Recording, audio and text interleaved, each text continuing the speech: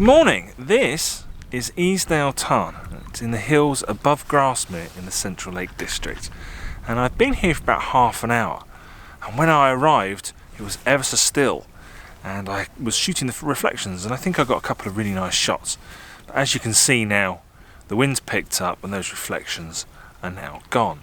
And that's one of the problems with shooting water up in the mountains. We tend to get wind up here that we don't necessarily get down in the valleys.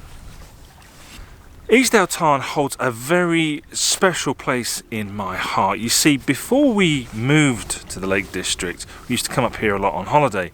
We would stay down in Grasmere, and I'd be so excited to be here that on the very first morning, before the sun was up, I'd usually go out on my own in the dark.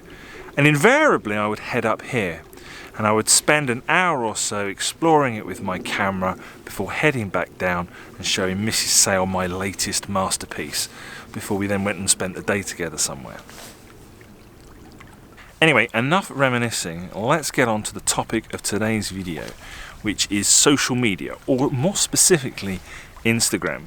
Now, those of you that follow me across all the different social media platforms will know that although I've increased the content that I'm putting out on YouTube, since the beginning of the year I've gone from 1 video a week up to 2 videos a week, I have stopped posting across the other platforms. So at the minute I'm not posting to Facebook, I'm not posting to Twitter, and I'm not posting to Instagram.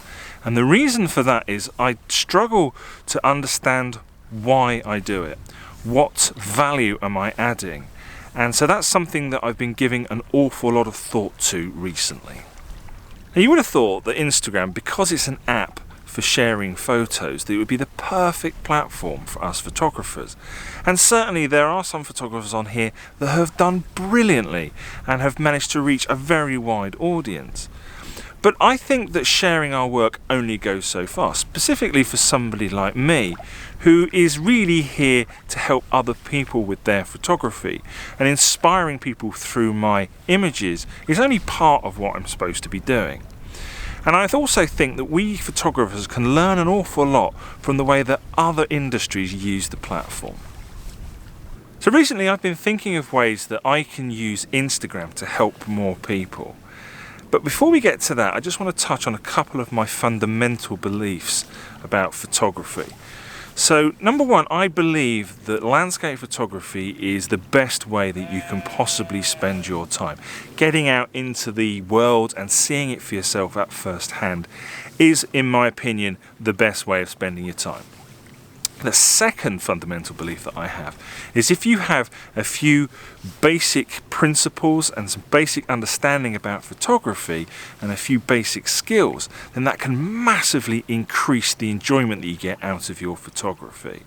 And that's kind of the message that I'm trying to get across. And I want to see if I can use Instagram to help me get across that message. So the idea that I've had, and the thing that I want to try with Instagram, is to start creating posts that are designed to share some of my knowledge of photography so that other people can improve their skills and get more enjoyment. And so I need to start thinking about producing content specifically for Instagram and specifically for that cause. This shouldn't just be a case of me regurgitating the images that I take for YouTube and just posting it onto another platform. This is going to be specific content for a very specific reason posted to Instagram. I want to start with some fairly basic principles, things like filling the frame with your subject, the use of the rule of thirds, before moving on to slightly more complex topics, the importance of visual weight, the use of negative space, that kind of thing. And so that's what I'm going to do today. I'm here to kind of start that project off.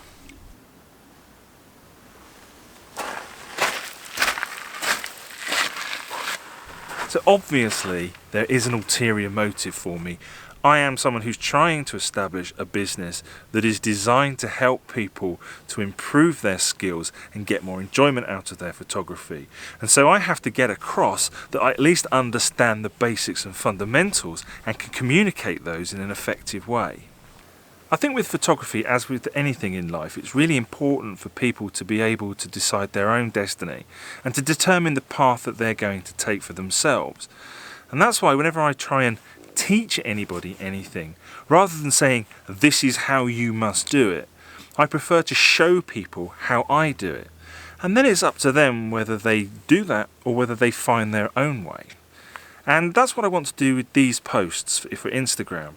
Rather than saying, this is how it's done, I want to take the tone of, this is how I do it. Anyway, let's get on with it. Let's get the first shot done. Now, the reason I came to Easdale Tarn was because there are two possibilities here. The first is if it's still, we would get nice reflections, and I could create a post that says how I like symmetry in reflection shots, so they're how I run the horizon through the middle of the frame. The other possibility is down here around the edge of the tarn there are lots of rocks, and these work really well as foreground interest. And so that's what we're going to go for today. This shot is specifically for the purpose of talking about how important foreground can be in a landscape photograph. So I think it's really important when you're doing these kind of targeted social media posts that you actually work to the constraints of the platform. Now, Instagram is essentially a mobile app. Most people view it on their mobile phone, and they hold their phone in portrait orientation. There are lots of statistics on the internet that say how much more engagement people get when they post images that are in portrait orientation against images that are in landscape orientation. And it stands to reason. What you're doing with your image is you're using more of the real estate. You're filling that mobile phone screen. And so that's the first thing I'm going to do, is I'm going to shoot in portrait orientation. The next thing we'll talk about is the composition. So it's really quite simple. I have some big boulders, some big rocks here in the foreground, and then I have in the background I have a sort of peak on the hills on the other side of the tarn.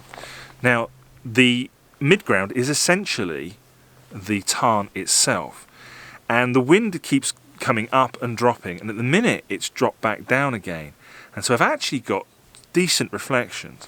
But beforehand I had been shooting with a 6-stop ND filter in, so I was doing exposures of about 90 seconds, and basically that was just flattening that out completely. And it was also really dark. I've got the polarizer on here, so I've cranked that up to really sort of get rid of all the glare and create that, make that as dark as I possibly can.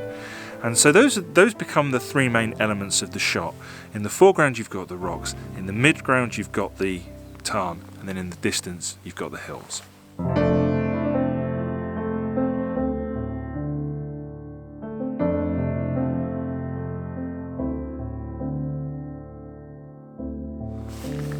This is starting to look really lovely now. We've just got touches of light on the hills in the distance. If we could just get this patch of water here to flatten down, I think we could get a really, really, really nice shot. I'm just biding my time, just waiting to see what will happen. Because if that water does flatten out completely, then I'm going to want to change my composition. I'm going to have to move my camera slightly, because these rocks in the foreground are actually cutting into the reflections. Now when I set up my composition there were no reflections, so I couldn't tell where they were. So yeah, I don't want that. I want some separation between those rocks in the foreground and those reflections. But if it does happen, this could be an absolutely cracking shot.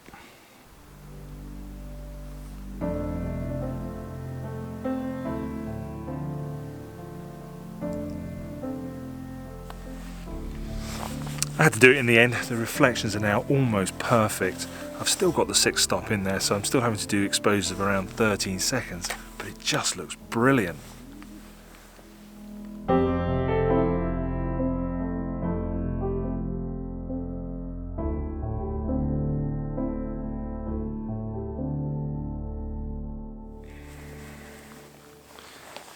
I need to get a landscape orientation version of this shot as well. The problem with the landscape orientation, for my mind, is that it's a little bit unbalanced. It's a little bit too right heavy, because the hills are sloping away from us to the left hand side. So once I've got this shot, I'm going to try and get another composition, probably looking in that direction, because we've got some nice low cloud now sitting just below the ridgeline. It's a beautiful morning, it really is.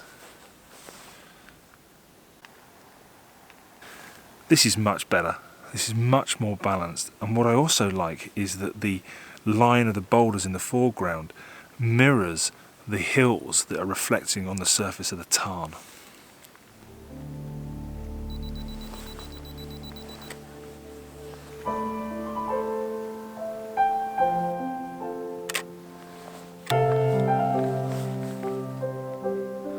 Beautiful.